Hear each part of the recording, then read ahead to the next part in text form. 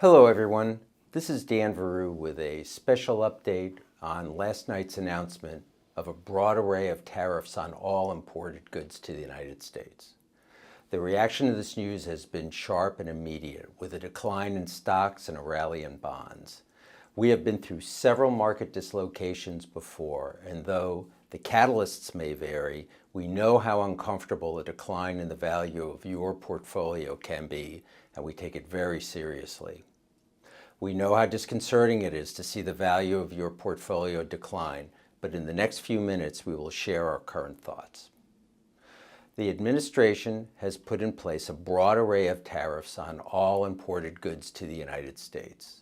The cost to consumers in the form of higher prices is about $500 billion, which is at the upper end of the range of what we thought it would be from our last video. And they are all scheduled to go into effect in stages from April 5th to the 9th. This historically high number includes a fixed 10% rate and a reciprocal amount that can be adjusted through negotiations. Stocks have reacted negatively to the news because of the size and structure of tariffs. Even if the reciprocal part of the tariff is resolved between the U.S. and a country, the 10% base tariff remains. At $500 billion, it would be the largest tax increase in history. Clearly, concerns have risen that this headwind could cause a slowing economy and possibly dip us into a recession. In our last note, we had said that the bad news was front-loaded. We called it vegetables. And that better news was coming in the future, which we called dessert. That was our way of explaining that the economic headwinds from tariffs would be followed by actions that would provide economic offsets to tariffs. Some of you commented that we were painting a picture that was too optimistic, which was not our intent at all. If nothing changes from tariffs announced, the likelihood of a recession this year has risen, but is still below 50%. We think that the tariff announcement is a galvanizing moment for a couple of reasons. First, the response to tariffs could be for countries to retaliate or negotiate with the administration. Previous history has shown that countries have wanted to avoid conflict with the U.S., but we will see what happens. Second is on advancing tax policy, a critical issue that had to be addressed, tariff announcement or not. The Senate and House have not been able to agree on an extension of the Tax Cut and Jobs Act from 2017, but now there is urgency resulting from last evening's announcement.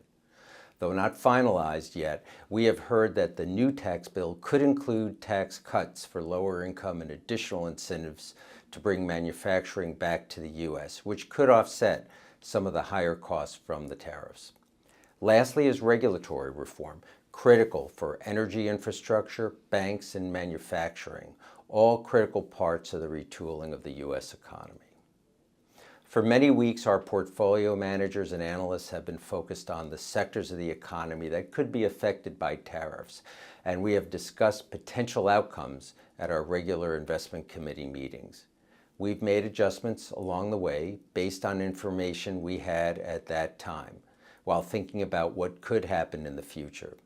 When an event like this happens, the initial response is indiscriminate selling, and it's hard to resist the temptation to react to that event. However, we continue to believe that we own very solid companies in strong financial position that can not only weather any storm, but can possibly take advantage of turmoil by perhaps acquiring a competitor at a better price, buying back their own stock, or other value-creating actions. We are comfortable with the portfolio positioning that we have today, but we may make further adjustments as we learn new information. We appreciate the anxiety events like these creates, and if it's any comfort at all, members of the investment teams and some other employees are invested in our strategies. In the short run, the environment is uncertain, but when we hit extremes of uncertainty like we are hitting today, future returns can be good as long as we do not dip into a recession. The next days and weeks will be important as we assess the impact and the response to these actions. We are here any time of the day or night to discuss your thoughts and concerns. Thank you very much for listening.